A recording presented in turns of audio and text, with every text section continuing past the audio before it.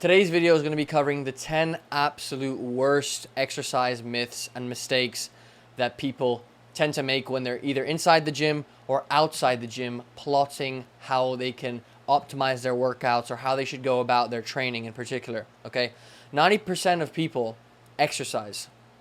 I think that's fair to say. 90% of people make an effort. They walk, they run, they go to the gym. Now, just because 90% of people exercise doesn't mean that 90% of people are in shape. Rather, I'd argue it's probably 10% of people that are actually, you look at and you envy the way they look. They have bulging biceps or 3D chest or some chiseled abs, and they have, veins on their arms. Those are the people that we look at and we envy because obviously they have an impressive physique. And those tend to be only 10% of people in the gym. But why is that? Because if 90% of people actually go to the gym, why is it that only 10% of people actually look like how we want to look like? Okay? And that's because what people don't get is exercise is not the same thing as training. Okay? Exercise, I'm sure all those people who go to the gym and, aren't there, they may not be there to build muscle or lose fat. They may just be there to improve their energy, improve their mood. But for the majority of us, or the majority of people watching this, we're here in the gym for an objective, to achieve an objective, namely building an aesthetic physique, right? So it's all good and well going to exercise, going for walks, going for runs, going for jogs, going to the gym and, using the machines and using the dumbbells and using the free weights. But that's no use if you don't actually train. And by train, I mean train properly, because a lot of people also train. 90% of people also train in the gym, and yet they still see zero progress after months, after years. And that's because of a lot of things, but namely it's because of spending too much time doing bad exercises. First and foremost, that's probably the number one thing, because people are lifting weights and yet they're not seeing progress, probably because they're choosing the wrong exercises to do. Also, they're undertraining. They may not be training hard enough. You may go see people in the gym and they're just, moving through the motions, or getting through, this machine, moving on to the next one, doing one set on their phone. They're undertraining. They're underperforming. They're not training in an adequate way. They're not training in a way which is going to yield results. And then there's the opposite end of the spectrum where people overtrain. This is something that I used to do, and it's a common mistake that people make, especially natural lifters, right? But luckily now more and more people are coming out against overtraining, against going to the gym 7 times a week, 6 times a week even. So that's a common mistake that people make when, looking to improve their physique. They go to the gym 6-7 times a week. They do, 15 to 20 sets till failure per workout. So that's obviously something you want to avoid as well. As far as mistakes go, there's also, the phenomenon of bad form. People continuing to perform exercises incorrectly, which obviously is not going to stimulate the muscle to grow effectively. So it doesn't grow and they don't see progress. And there's also people who use too little weight. They go too light. They don't... or they go too heavy even. They use a weight that they can't control, that they can't handle. They don't, control the eccentric. They don't pause at the bottom of their movement. They don't squeeze the contraction. There's also that. There's also resting too little between sets and resting too much between sets. It's a fine balance when it comes to rest between sets. You don't want to be resting 30 seconds, right? But you also don't want to be resting, 8-7 minutes between sets, unless it's like a deadly, set of Smith squats, for example. So those are just some mistakes that people make. But today I'm going to just go over the myths rather than the mistakes that just amplify the negative outcomes of these mistakes. Because there's these mistakes that people make, but there's also myths that encourage them to make these mistakes. So they wouldn't have made these mistakes in the first place if they hadn't fallen for some certain myths, which I'm going to cover today. So the first myth is people believing that the reason that they're not seeing progress is entirely down to their genetics. Now, while genetics are incredibly important for muscle building, for fat loss, for your height, for your beauty, for your looks, we know genetics matter, okay? why is everyone in the NBA black and tall and 6'9"? We know genetics matter. But when it comes to muscle building, even the person with the worst genetics in the world, physiologically, it is impossible if they adhere to adequate training principles, effective training principles, that they won't gain 20 to 25 pounds of muscles within 3 years. If they are consistent for 3 years, adhering to the correct training principles, progressive overload, mechanical tension, then they will build 20 to 25 pounds of muscle, even if they have the worst muscle building genetics in the world. So, although genetics matter, although people will build muscle faster than you, faster than me, they'll lose fat faster than you, faster than me, every single person is capable of building or adding, 20 to 25 pounds of muscle to their frame if they are consistent and if they train properly for 3 years. So, yes, people have different bone structures. People have wider clavicles. People have a smaller waist. People have more free testosterone, which allows them to, gain more muscle. People have, smaller wrists, smaller ankles, which essentially means that, correlates to an inability to gain as much muscle as the next person who has bigger wrists or bigger ankles. There's a bunch of genetic factors that are going to hold you back, right? Are going to make it harder for you to gain muscle. But if you just stay consistent for 3 years, adhere to the right training principles, doesn't matter how bad your genetics are, you will gain 20 to 25 pounds of muscle. So don't let the excuse of genetics hold you back, and don't fall for genetics are everything. That's the first myth I wanted to debunk. The second myth is 8 to 12 rep range is the optimal rep range for muscle growth. Now, although it is an optimal rep range for muscle growth, the rep range for muscle growth actually ranges from 5 reps to 30 reps. So technically, every single rep within that range is optimal for muscle growth, is hypertrophic. But the biggest lesson I've learned in the past year or so from training is actually for natural lifters, what's going to be optimal out of all these optimal rep ranges is actually the lower end of the hypertrophic rep range, namely 5 to 8 reps, okay? The reason being is it provides, and the literature supports this, first of all, it encourages you to lift heavier, because a lot of the time we are scared to lift heavy, which holds us back in terms of preventing progressive tension overload from occurring. So that's one indirect way of progressive overloading, just man up and lifting heavier, and you're going to fail within 5 to 8 reps. If you're going to fail within 5 to 8 reps, you're going to have to use a heavier weight. That's one, but that's just sort of a mindset or a mind hack that you can do to see more gains. But actually, the literature shows that it produces 5 to 8 reps a larger amount of tension, which causes a greater activation of muscle fibers, myofibrils, which at the end of the day is what produces muscle growth, right? Now, obviously, again, let me reiterate because I don't want to spew misinformation. 8 to 12 reps, a set of 8 to 12 to failure is going to be as hypertrophic as a set of 5 to 8. But some studies have shown that the lower end of that spectrum does produce larger amounts of mechanical tension, which produces muscle growth. You also take on less fatigue. You build up less fatigue during your workouts because although both rep ranges, 8 to 12 and 5 to 8, are hypertrophic in that they produce the same amount of muscle growth per set, that's 100% true.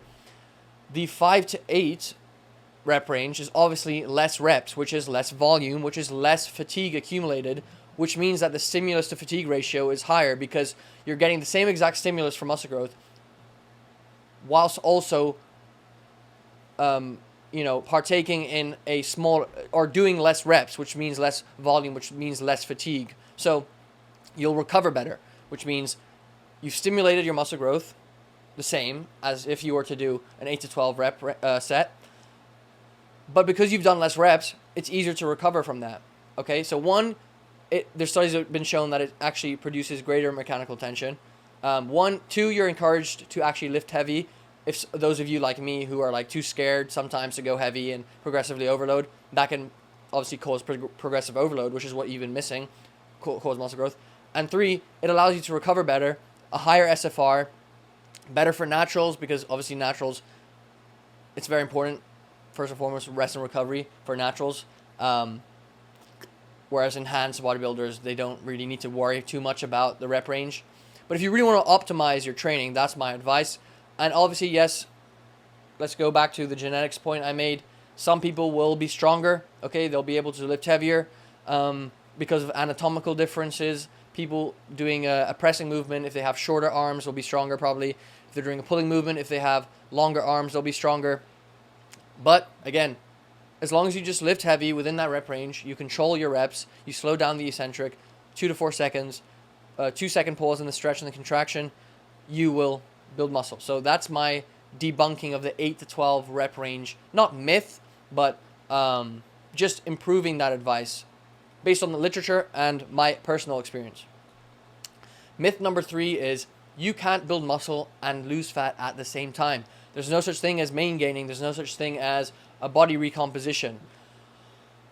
Now, this is both right and wrong, okay? You can build muscle and lose fat at the same time, and you will if you most likely will if you are new to the gym. If you're a newbie in the gym, you've been training for less than 1 year, you've gained less than 15 pounds of muscle, you can build muscle and lose fat at the same time, okay? That's what happened to me. For the first 6 to 8 months of my training, I basically ate at maintenance calories and probably even deficit calories, and I gained muscle and lost fat at the same time. But for intermediate and advanced lifters especially, a calorie deficit for an extended period of time, or even a maintenance for an extended period of time, will not lead to muscle growth and will not lead to fat loss and muscle growth respectively. So, because first of all, a calorie deficit, if you're an advanced or intermediate lifter, past 1 year of training, for example, it's going to lead to if you do this for an extensive period of time, it's going to lead to a slow rise in cortisol levels, which means it's going to lead to a slow decrease in testosterone levels, which is going to make it harder for you to build muscle, feel good, feel energetic, but not for beginners, okay? Beginners are hyper responsive to resistance training, okay? So much so that they can build 20 pounds of muscle in their first year of training while eating in a deficit or at maintenance. It's that insane how responsive you are to resistance training when you start out. So after those newbie gains though, after those 6 to 8 months, once you've built muscle, lost fat, you're lucky, I envy you, I remember those days, you will only lose body fat from then on if you cut if you're in a calorie deficit, so you burn more calories than you eat consistently, and you'll only gain muscle if you lean bulk, eat more calories than you burn consistently, okay? You cannot main gain from there on out. You cannot lose muscle, build fat from there on out. You can't build muscle whilst being in a deficit from there on out, unfortunately. So that's the third myth I wanted to debunk. You can build muscle and lose fat at the same time, but only if you are a beginner, less than 1 year of training in the gym. Next myth is when people advise you to constantly switch up your training, always change the exercises you're doing each week or each month.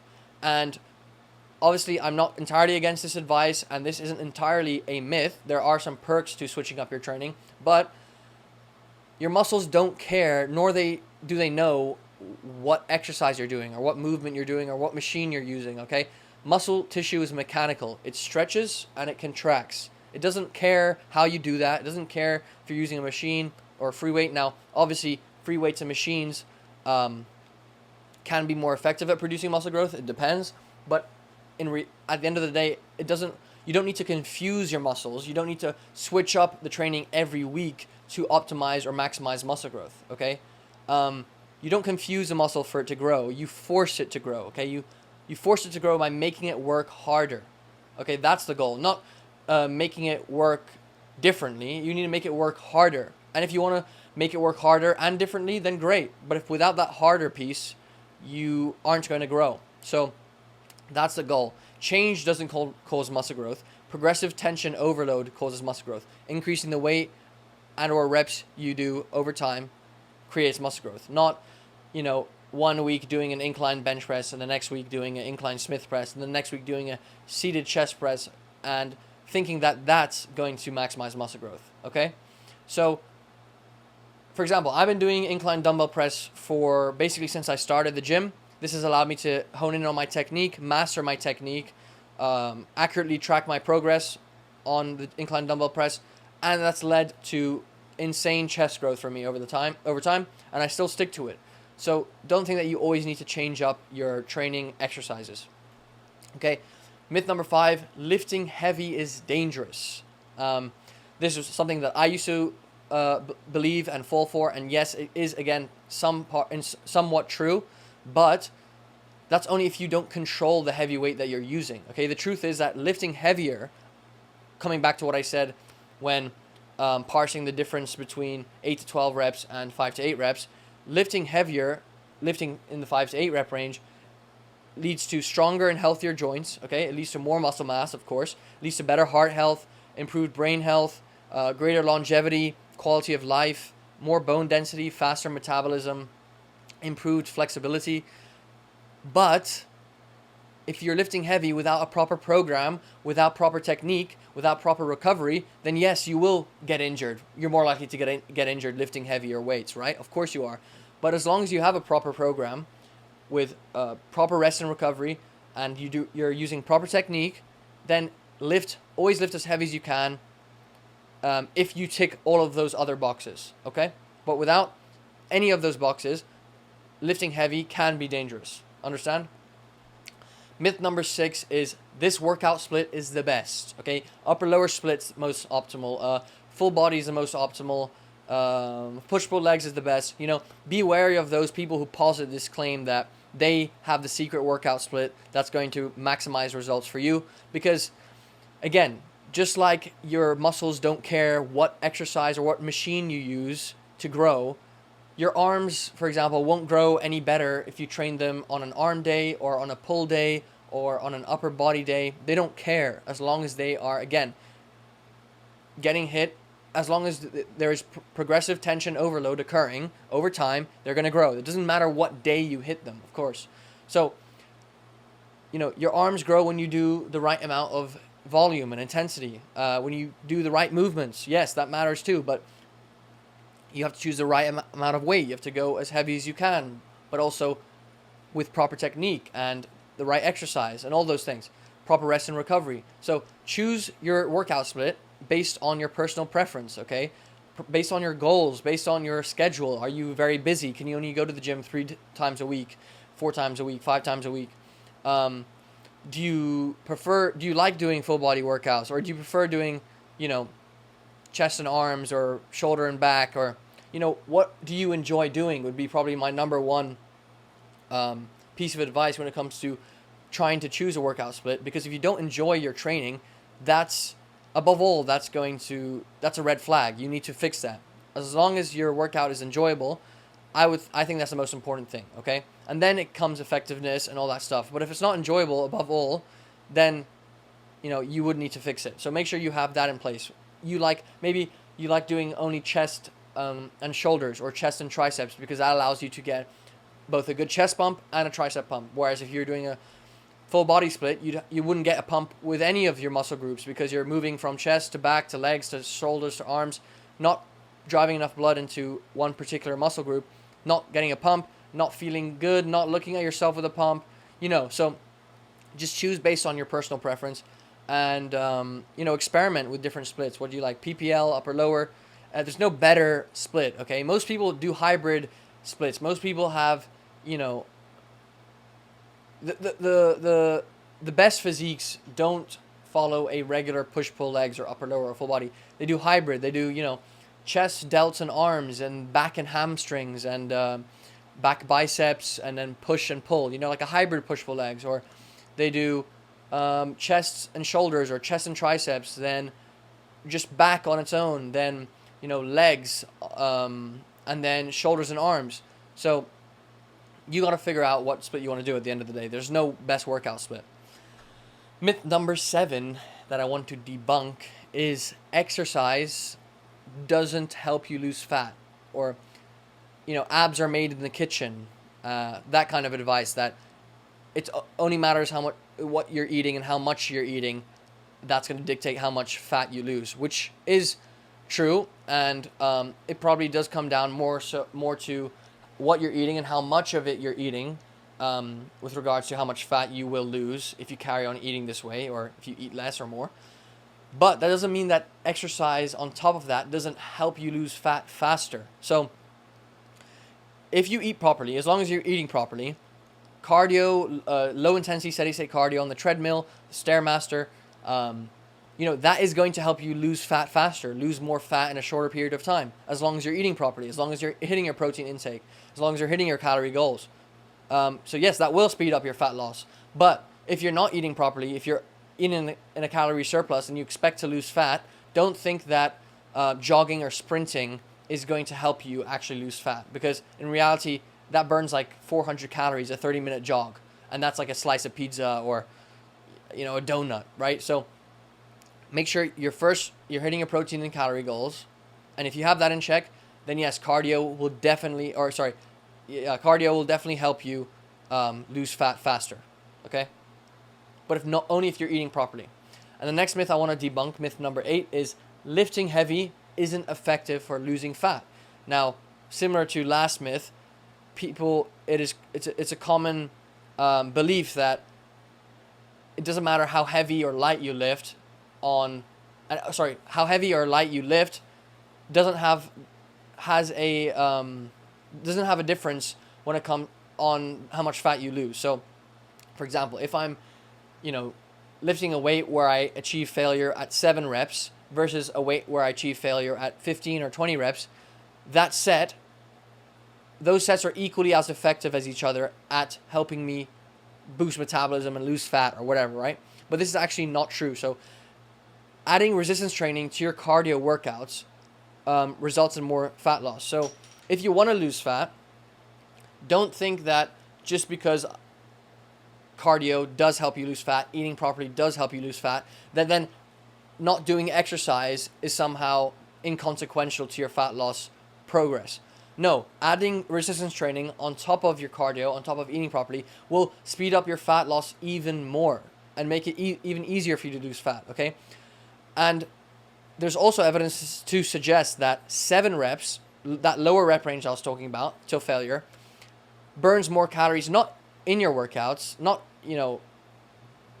a set of 7 doesn't burn itself more calories than a set of 15, but after your workouts, the effect it has on your metabolism is greater. It has a greater effect at boosting, a greater impact in terms of boosting your metabolism post-workout, okay? It produces better metabolic effects because it preserves muscle mass better, because of the reasons I talked about previously, how you accumulate less fatigue. It encourages you to actually lift heavier, which means that you're progressively loading tension on your muscle, which means that you're going to preserve muscle mass and while you lose fat if you're in a deficit, for example. Whereas maybe doing a set of 15, yes, it may help you preserve your muscle and lose fat effectively, but not as effectively at bottom, okay, when analyzing both a set of 7 and a set of 15, as effectively as a set of 7. If anything, because of the accumulation of fatigue. 15 reps is twice as many reps as 7 reps, right? And we know that an excess accumulation of fatigue can impact recovery, which can impact, muscle breakdown, muscle protein synthesis, and all those kind of things. So the heavier you lift, the main takeaway, the heavier you lift, the less muscle your body breaks down for energy, meaning the more body fat your body burns for energy, the heavier you lift. So yes, it is effective lifting heavy within that rep range for losing fat as well. Myth number 9 is you have to do a lot of cardio to get lean and to stay lean. Okay, this is simply not true. You don't need to do a Stairmaster or a treadmill or go for runs or jogs every day to get shredded. Okay, it helps if you have all the other things in check, like your rest and recovery, your proper programming, your proper form when you're in the gym, but you don't need it at all. You don't need cardio to get lean. Okay, 30 minutes of running, again, only burns like 400 calories. That's a chocolate chip cookie with a glass of milk. That's not that much food. Just to put it into perspective, if any of you may think that running burns a lot of calories, relatively speaking, it doesn't. But besides the fact that it doesn't really burn that many calories or as many calories than you think, it can also lead to an excessive buildup of fatigue. So if you are already on the higher volume side when it comes to your training, doing runs every day, doing jogs every day, like doing the Stairmaster after your leg day, for example, that's going to accumulate excess fatigue, which is going to definitely impact recovery. So, you know, it will. I use that example because that's what I always tell people who, or people I used to work with, or I advise people never do. First of all, don't do the Stairmaster, because that just there is literature suggesting that it can disrupt the cell signaling that causes muscle growth because it's such an intense form of cardio, especially if you're doing it after your training. Just opt in for like a treadmill, incline treadmill, slow walking pace for 25, 30 minutes. But I'm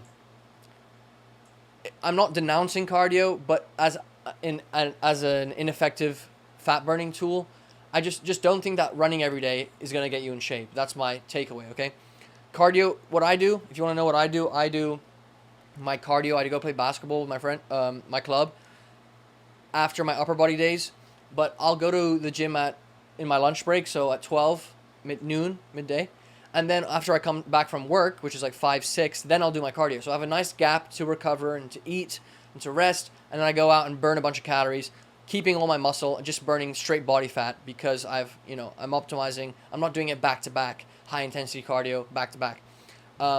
Now, this isn't as important if you're doing low-intensity steady-state cardio. Then, yes, you can do it right after your workout. But if you are playing sports, if you are doing running or jogging, then you want to leave some time between your weightlifting workout and your running and jogging. So my advice would be, if any of you work a job, go to the gym in your lunch break, and after you come back from work, then do your cardio. So you have a nice gap to recover between the 2 training sessions. And don't do cardio on leg days. I never do cardio on leg day because you need to recover on your leg days because they're very taxing on your central nervous system and obviously on your muscles. So that would be my advice, except for leg days. And except for rest days as well. If you have a rest day, best just to get in your 10K steps rather than 10K steps plus an hour or 2 of sports, if you can, and if you're really optimizing for muscle growth. But then an hour just getting into unnecessary bits of information. And the last myth I want to debunk is you don't need isolation movements. Now, I don't think this is a common myth that people fall for. But regardless, I thought I'd address it. Research found that adding, and this comes at no surprise, adding isolation movements on top of your compound movements, so, chest press plus chest flies, for example, increases muscle size by 4%. Now, you may think this 4% is negligible or, nothing in the grander scheme of things, but actually, it is significant. Think about how precious muscle gain is to you. If any of you are watching this right now, you're advanced lifters, if only you could gain 4% more muscle than you have right now, you'd do anything to do that, right? So make sure you're doing your isolation movements by working your muscles in different angles, different directions. You will see better results, okay, to put it simply. So a Smith machine squat plus a leg extension is going to allow you to hit your rectus femoris, which is like the middle of your quad, that middle of your thigh muscle. Whereas if you're just doing squats, you're not going to hit that part of your thigh, and you're not going to stimulate as much muscle growth as if you were to add a leg extension. So, if you don't do curls or push downs for your arms, you're not going to maximize arm growth. So next time if any of you are just doing chest presses or shoulder presses on your push day, and you're ignoring push downs or extensions, make sure to add in push downs and extensions, and your arms will blow up, okay?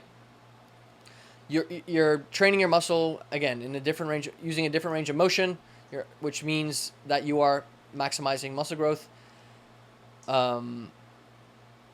Plus, it's just kind of boring to just do compound movements all the time. You want to make your training fun, and isolation movements make your training fun because, one, you're going to see more growth, you're going to be happier and satisfied with your progress, and allows for a better pump as well. So that's the end of the video. Those are the 10 myths kind of that I hoped to maybe not so much debunk as develop or improve. But yeah, hope you enjoyed. Hope you found this video helpful, and I'll see you in the next video. Peace.